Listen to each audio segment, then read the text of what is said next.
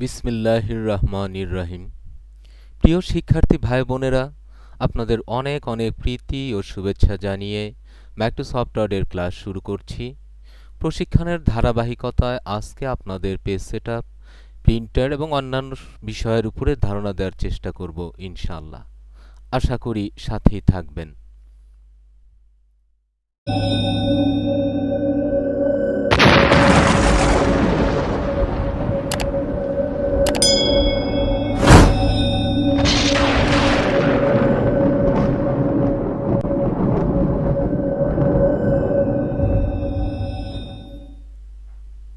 যথারীতি আমরা মাইক্রোসফট ওয়ার্ডে যাব।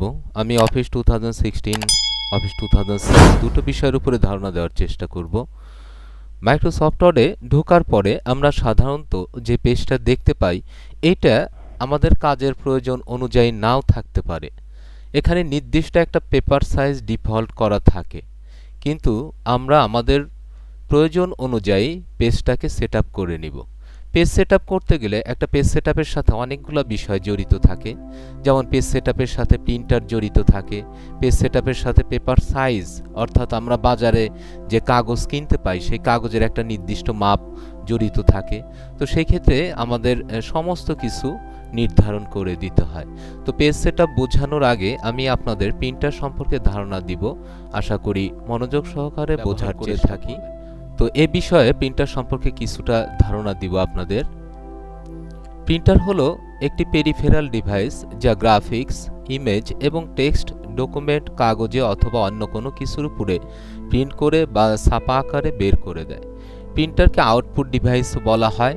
প্রিন্টার রেজুলেশন পরিমাপক একক ডিপিআই, এর পূর্ণরূপ হচ্ছে ডট পার ইঞ্চ। প্রিন্টার একটি অফলাইন ডিভাইস। বর্তমানে বহুল ব্যবহৃত প্রিন্টারগুলোর মধ্যে আমরা সাধারণত 5 ধরনের প্রিন্টার ব্যবহার করে থাকি। আমি বর্তমানে ব্যবহৃত প্রিন্টারগুলো সম্পর্কে আপনাদের কিছুটা ধারণা দেওয়ার চেষ্টা করব।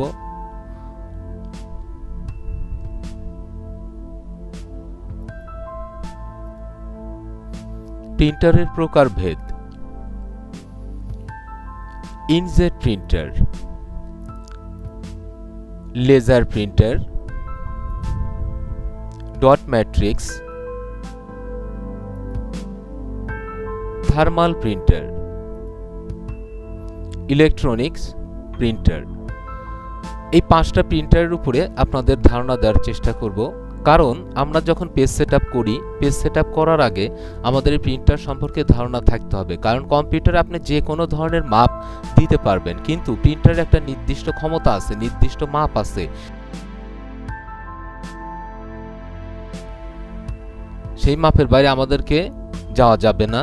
যেমন এখানে ইনজেট প্রিন্টার আছে। ইনজেটের কথা বলি, আপনারা যে প্রিন্টারের ছবিটা এখানে দেখতে পাচ্ছেন, এটা বিভিন্ন ব্র্যান্ডের হতে পারে, ক্যানন হতে পারে, ইপসন হতে পারে। এই প্রিন্টারগুলোতে সাধারণত 8.5 x 14 চাইতে বেশি বড় কাগজ দেওয়া যায় না। এখানে যে স্পেস থাকে, তাতে আপনি 8.5 x 14 বেশি কাগজ দিতে পারবেন না। এটা আমাদের অবশ্যই খেয়াল রাখতে হবে। আর আরেকটা ব্যাপার হলো যে এই যে এখানে যে স্পেসটা দেখতে পাচ্ছেন, আর এই প্রিন্টারটাতে সাধারণত লিকুইড কালি, তরল কালি ব্যবহার করা হয়। এরপর আছে লেজার প্রিন্টার। লেজার প্রিন্টারেও একই অবস্থা। আমরা সাধারণত অফিস আদালতে যে প্রিন্টারটা ব্যবহার করি, এখানেও আপনি একই মাপের কাগজ দিতে পারবেন। ডট ম্যাট্রিক্সে অবশ্য এর ব্যতিক্রম, এর চাইতে বড় কাগজ দিতে পারবেন।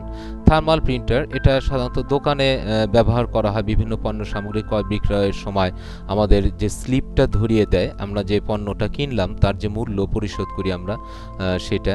তো এরপর আসছে ইলেকট্রনিক প্রিন্টার। এটাতে সবচাইতে বড় প্রিন্ট করা যায়, সবচাইতে বড় আকারে প্রিন্ট করা যায়। সাধারণত সাইনবোর্ড, ব্যানার ইত্যাদি ক্ষেত্রে আমরা এই প্রিন্টারটা ব্যবহার করে থাকি। প্রথমেই আমরা আলোচনা করব ইনজেট প্রিন্টার সম্পর্কে।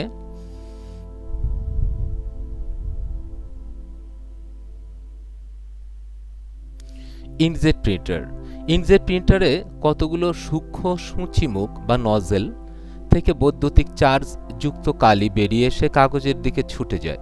একটি তড়িৎ ক্ষেত্র এ চার্জযুক্ত কালির সূক্ষ্ম কণাগুলোকে ঠিকমতো সাজিয়ে দিয়ে কাগজের উপর কোনো বর্ণকে ফুটিয়ে তোলে। স্বল্প দামি প্রিন্টার হিসেবে ইনজেট প্রিন্টার জনপ্রিয়।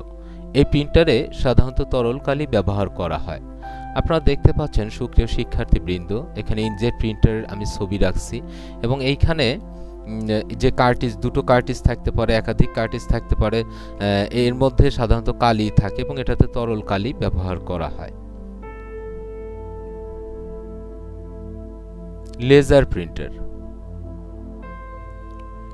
লেজার প্রিন্টারে লেজার রশ্মির সাহায্যে কাগজের লেখা ফুটিয়ে তোলে। এটি অনেক দ্রুত প্রিন্ট করতে পারে। একটি উন্নত মানের লেজার প্রিন্টার প্রতি মিনিটে 250 পৃষ্ঠা এবং 300 থেকে 1200 রেজুলেশনে প্রিন্ট করতে পারে। সাধারণত ডেস্কটপ পাবলিশিংয়ের কাজে লেজার প্রিন্টার ব্যাপকভাবে ব্যবহার করা হয়। লেজার প্রিন্টারের ছাপা খুবই উন্নত মানের। লেজার প্রিন্টারে মুদ্রণের জন্য লেজার রশ্মি সংবেদনশীল ড্রামের উপর মুদ্রণযোগ্য ছাপা তৈরি করে। তখন লেজার রশ্মি প্রক্ষেপিত অংশ টোনার থেকে গুঁড়া কালি আকর্ষণ করে। এরপর ড্রাম সেই টোনারকে কাগজে স্থায়ীভাবে বিভিন্ন চিত্র বা লেখার আকারে বসিয়ে দেয়। এভাবেই লেজার প্রিন্টারে মুদ্রণের কাজ সম্পন্ন হয়। আপনারা এখানে লেজার প্রিন্টারের ছবি দেখতে পাচ্ছেন।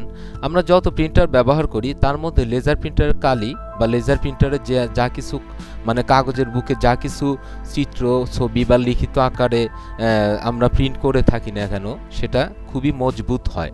কাগজটা যদি ভিজিয়ে রাখেন তারপরেও দেখবেন এই কালিটা ছড়াবে না, যেরকম হয় ইনজেট প্রিন্টারে। লেজার প্রিন্টারের কালি খুবই মজবুত। এটা পাউডার কালি সাধারণত ব্যবহার করা হয়ে থাকে।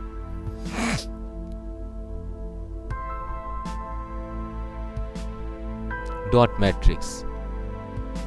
ডট ম্যাট্রিক্স প্রিন্টার একটি জনপ্রিয় প্রিন্টার, তবে এর গতি অন্যান্য প্রিন্টারের তুলনায় কম। আয়তাকারে সাজানো কতগুলো বিন্দুকে ডট ম্যাট্রিক্স বলে। যেমন বিন্দুগুলোকে 8টি সারি এবং 12টি স্তম্ভে সাজানো থাকলে তাকে 8x12 ডট ম্যাট্রিক্স বলে।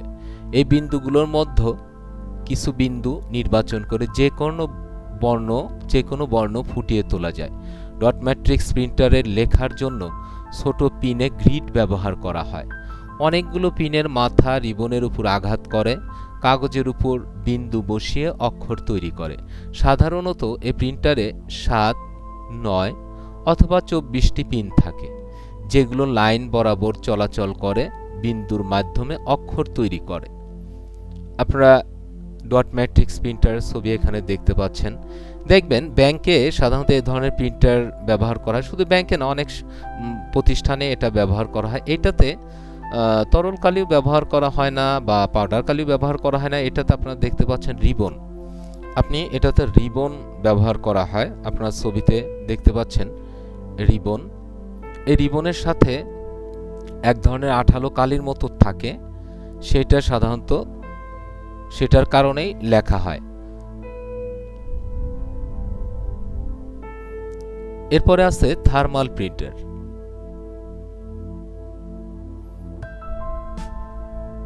থার্মাল প্রিন্টারের প্রিন্ট হেড অনেকটা ডট ম্যাট্রিক্স প্রিন্টারের মতো, তবে পিনের বদলে থাকে কতগুলো বৈদ্যুতিক রোধকের বিন্দু। ছাপা কাগজে বিশেষ ধরনের রাসায়নিক পদার্থ লাগানো থাকে। কোনো বর্ণ ছাপাতে হলে তার অনুরূপ বিন্দু রোধকগুলোকে তড়িৎ প্রবাহ দ্বারা উত্তপ্ত করা হয়। এতে কাগজে সেই বর্ণের ছাপ উঠে যায়। এর ছাপানোর গতি 500 LPM। আমরা এখানে থার্মাল প্রিন্টারের ছবি দেখতে পাচ্ছি। আপনারা এখানে থার্মাল প্রিন্টারের ছবি দেখতে পাচ্ছেন।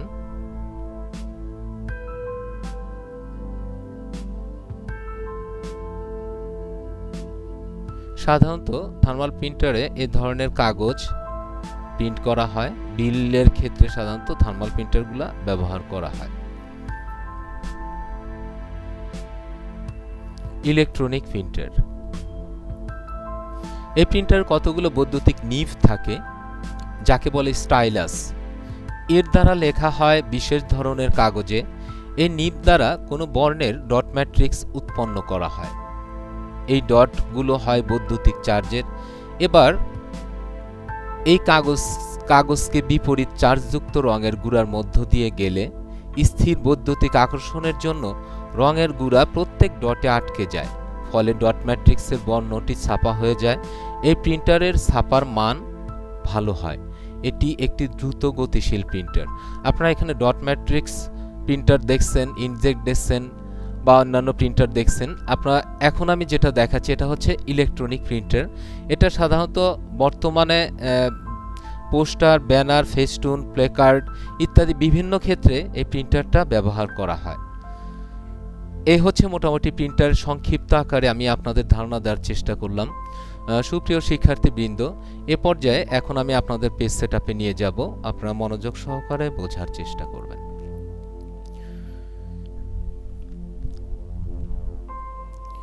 পেজ সেটআপের জন্য আমাদের যেতে হয় পেজ লেআউটে। এখানে যাওয়ার পরে আপনারা এখানে অনেকগুলো আইকন দেখতে পাচ্ছেন, মার্জিনস, ওরিয়েন্টেশন, সাইজ। এখানে আপনি মার্জিন থেকেও পেপার সাইজ সরাসরি মার্জিন নেওয়া যায়, আবার পেজ সেটআপও করা যায়, অথবা এখানে আপনারা পেজ সেটআপ দেখতে পাচ্ছেন। সুপ্রিয় শিক্ষার্থীবৃন্দ, আপনারা এখানে মার্জিন দেখতে পাচ্ছেন, ওরিয়েন্টেশন, সাইজ, অথবা এখানে পেজ সেটআপ দেখতে পাচ্ছেন। এখানে ছোট্ট একটা চিহ্ন আছে, আপনারা দেখতে পাচ্ছেন। এখানে এই যে এখানে যে চিহ্নটা দেখতে পাচ্ছেন, এখানে ক্লিক করেও আমরা পেজ সেটআপে যেতে পারি, অথবা আমরা ঠিক এইখানটাতে ক্লিক করেও পেজ সেটআপে যেতে পারি। সুপ্রিয় শিক্ষার্থীবৃন্দ, আমরা প্রথমে পেজ সেটআপে ক্লিক করলাম। এখানে আপনারা দেখতে পাচ্ছেন তিনটা অপশন আছে এই ডায়লগ বক্সে, মার্জিনস, পেপার, লেআউট।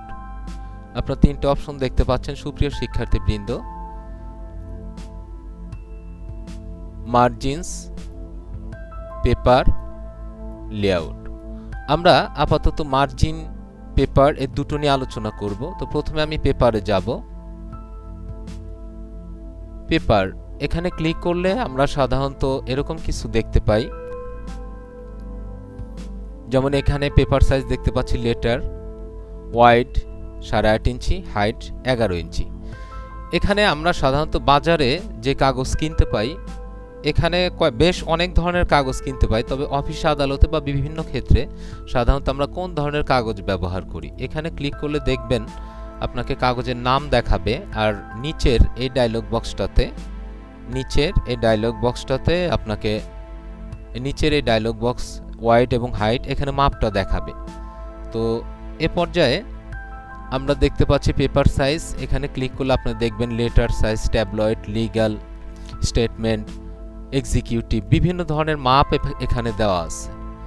তো আমরা অফিস আদালতে বা বিভিন্ন ক্ষেত্রে বেশিরভাগ ক্ষেত্রে আমরা A4 সাইজ কাগজটা ব্যবহার করি। A4 আমি A4 সাইজে ক্লিক করলে এখানে মাপটা চলে আসবে। ওয়াইড 8.27 ইঞ্চি, হাইট 11.69 ইঞ্চি। সুপ্রিয় শিক্ষার্থীবৃন্দ, আপনারা দেখতে পাচ্ছেন ওয়াইড হচ্ছে 8.27 ইঞ্চি আর হাইট হচ্ছে 11.69 ইঞ্চি। আমরা সাধারণত A4 সাইজ কাগজ বলতে এই মাপটাকে বুঝে থাকি। এছাড়া আরও আছে, এখানে ক্লিক করলে আপনি লিগ্যাল পেজ নিতে পারেন। আমরা সাধারণত লিগ্যাল পেজ A4 সাইজ পেজে দুটো ব্যবহার করি। এখানে আমি লিগ্যালে ক্লিক করলাম। লিগ্যাল পেজের ওয়াইড হচ্ছে 8.5 ইঞ্চি, হাইট হচ্ছে 14 ইঞ্চি। এখন আমরা কোন পেজে কাজ করব, কোনো তথ্য তৈরির আগে আমাদের পেজ সেটআপ নির্ধারণ করে নিতে হবে। আমরা পেপার সাইজ কত নিব, মার্জিন কত নিব ইত্যাদি যাবতীয় বিষয় আপনাকে নির্ধারণ করতে হবে। সুপ্রিয় শিক্ষার্থীবৃন্দ, তো আমরা আপাতত এখান থেকে A4 সাইজ পেজটা নিব। A4 সাইজ পেজটা নিলাম। এরপরে আমরা যাব মার্জিনে। সাধারণত একটা বিষয় খেয়াল রাখবেন, পৃষ্ঠার দৈর্ঘ্য প্রস্থের উপরে মার্জিনটা নির্ভর করে। মার্জিন হলো কীরকম বিষয় আমি বলি, যেমন আমি পেজটা একটু জুম কমাই। আপনারা দেখতে পাচ্ছেন পেজের চারপাশে এখানে বেশ স্পেস আছে, নিচে স্পেস আছে, ডান পাশে আছে, বাম পাশে আছে। চতুর্পাশে লেখা ছাড়া যে খালি অংশটুকু থাকে এটাকে বলা হয় মার্জিন। আমরা কখনোই পৃষ্ঠার একদম বাম পাশ থেকে শুরু করে ডান পাশ পর্যন্ত লেখা শেষ করি না।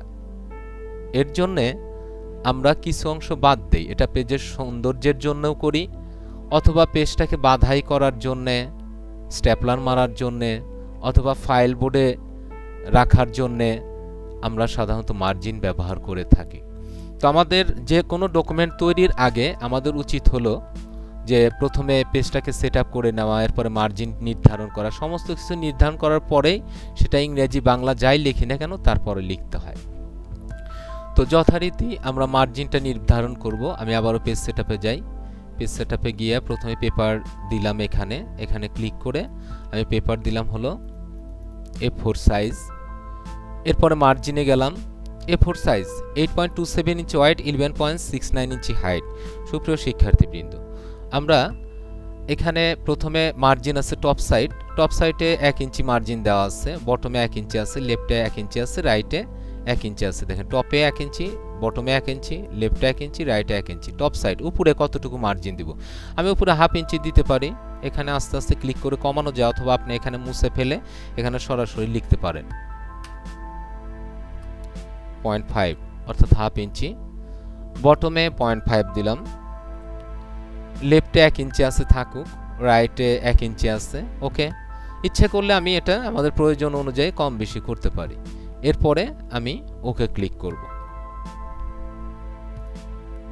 এখানে আপনারা দেখতে পাচ্ছেন সুপ্রিয় শিক্ষার্থীবৃন্দ, উপরে 1 ইঞ্চি ছিল মার্জিন, এখানে হাফ ইঞ্চি হয়েছে, এখানে নিচে হাফ ইঞ্চি হয়েছে। এভাবে আমরা পৃষ্ঠার দৈর্ঘ্য প্রস্থ নির্ণয় করে মার্জিনটা নির্ধারণ করতে পারি। এরপরে যদি আমার কোনো কিছু লেখার প্রয়োজন থাকে সেটা আমি লিখব। তো এটা আমরা যেটা দেখলাম এটা হলো পেপার সাইজ নির্ধারণ করে মার্জিনটা নির্ধারণ করা। এখন আমরা যদি এই পেজটাকে প্রস্থে, অর্থাৎ আমরা জানি যে আমরা যে প্রিন্টার দেখলাম সেই প্রিন্টারে যদি লেজার প্রিন্টার হয় অথবা ইনজেট প্রিন্টার হয়, কোনো প্রিন্টারে A4 সাইজ পেজ যখন আমরা প্রিন্ট করব সেখানে 8.5 ইঞ্চি প্রস্থে এই কাগজটা ভিতরে দেয়া যাবে এবং লম্বায় 14 ইঞ্চির বেশি দেয়া যায় না। এখন আমরা যদি মনে করি যে এই কাগজটাকে লম্বাভাবে লিখব, অনেক সময় আমরা লম্বাভাবে কোনো ডকুমেন্ট তৈরি করি, সেই ক্ষেত্রে আমরা কাগজটা ঘুরিয়ে দিব, অথবা অনেক সময় ইনভেলাপের উপর লিখি, খামের উপরে লিখি। তো সেই ক্ষেত্রে আমরা কিভাবে এটাকে প্রিন্ট করব বা পেজ সেট আপ করব? তো সেই ক্ষেত্রে আমরা যেমন আমরা যখনই কাগজটা পেজ সেট আপ করি কোনো কম্পিউটারে, তখন সেটা এখানে ওরিয়েন্টেশন দেখতে পাচ্ছেন, পোর্ট্রেট এবং ল্যান্ডস্কেপ দুইটা ভাগ আছে এখানে। পোর্ট্রেট সাধারণত লম্বাভাবে যে কাগজটা প্রিন্ট করি আমরা, আর ল্যান্ডস্কেপ হলো প্রস্থে, এটা প্রস্থে বর্ধিত হয় আর লম্বায় হয় কম। অর্থাৎ ঠিক এরকম, যেমন এখন আপনারা দেখতে পাচ্ছেন সুপ্রিয় শিক্ষার্থী, এটা কাগজটা লম্বালম্বিভাবে আছে, এটাকে বলা হয় পোর্ট্রেট। আর এটাকে যখন ঘুরিয়ে দিব, অর্থাৎ পেজ সেটআপে গিয়া আমরা এখানে ল্যান্ডস্কেপে ক্লিক করব, তখন এটা প্রস্থে বেড়ে যাবে। সুপ্রিয় শিক্ষার্থীবৃন্দ, আপনারা দেখতে পাচ্ছেন এরকম।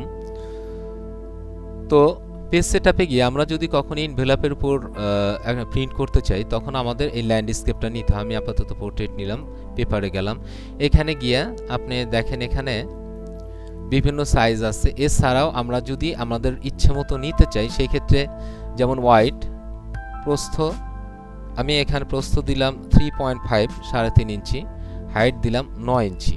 এখন 9 ইঞ্চি কাগজ সরাসরি ওইভাবে প্রস্থে প্রিন্টারের মধ্যে যাবে না। সেই ক্ষেত্রে আমাদের মার্জিনে গিয়ে, যেহেতু কাগজটা ছোট হলো, আমরা মার্জিনটা কমায় দেব 0.5, লেফটে 0.5, রাইটে 0.5, চতুর্পাশে মার্জিন আমরা কমায় দেব 0.5। আপনি এখানে শূন্য না দিয়ে শুধু 0.5 বা ফুল স্টপ যেটা আছে ওটা চেপে 5 দিলেই হবে। এরপরে আমরা এখানে ল্যান্ডস্কেপে ক্লিক করব। সুপ্রিয় শিক্ষার্থী, আপনারা দেখতে পাচ্ছেন ল্যান্ডস্কেপ, এখানে ক্লিক করলাম, এরপরে ওকে ক্লিক করব। দেখেন এই ধরনের কাগজে আমরা সাধারণত খাম ধরে থাকি, খাম হিসাবে ধরে থাকি। এই ক্ষেত্রে কাগজটা আমি লম্বা দিকে প্রিন্টারের মধ্যে দিব, কিন্তু প্রিন্ট হওয়ার সময় এরকম ভাবে প্রিন্ট হবে। সেই ক্ষেত্রে আমরা যদি খামের মধ্যে কোনো কিছু লিখতে চাই, এখানে দেখেন মার্জিনস, ওরিয়েন্টেশন, সাইজের সাথে কলামও দিছে, অর্থাৎ এই পেজ সেটআপ এই অংশটার মধ্যে কলামটাকেও দেখানো হয়েছে। তার কারণ হলো আমরা এই ধরনের কাজ করার সময় অনেক সময় কলামের মাধ্যমে পেজের দুই পাশে লিখে থাকি। যেমন আমি এখানে কলামে ক্লিক করব, কলামে ক্লিক করলাম, এখানে গিয়ে টু কলাম, দুটো কলাম নিলাম, টু কলাম। সুপ্রিয় শিক্ষার্থীবৃন্দ, আপনারা দেখতে পাচ্ছেন পেজের মধ্যে দুটো কলাম হলো। এখন এই যে পেজের মধ্যে দুটো কলাম, আমি এখানে কি লিখব? এখানে লিখব ফ্রম। এখানে আমরা একজনের নাম লিখলাম,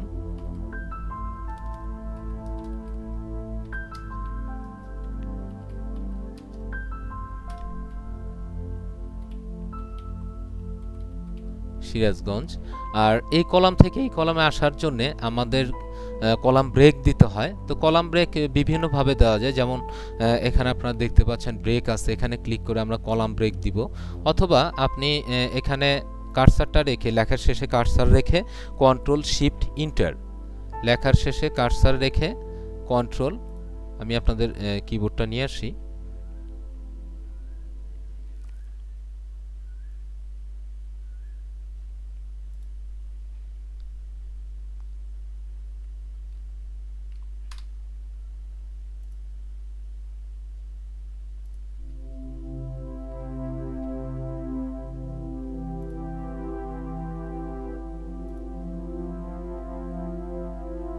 সুপ্রিয় শিক্ষার্থীবৃন্দ, আপনারা দেখতে পাচ্ছেন আমি এখানে প্রিন্টারটা নিয়ে আসলাম। আমি এখানে কার্সারটা রাখবো, রাখার পরে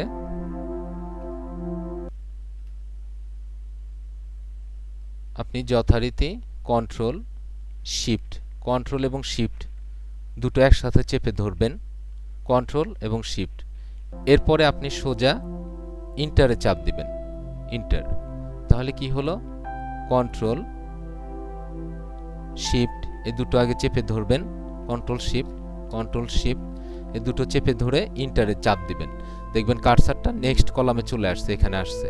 সুপ্রিয় শিক্ষার্থীবৃন্দ, এখানে আসার পরে আপনি এখানে লিখলেন টু। এই পদ্ধতি ছাড়া আপনি এক কলাম থেকে আর এক কলামে যেতে পারবেন না। তো আমাদের যাওয়ার জন্য এভাবেই কাজ করতে হবে।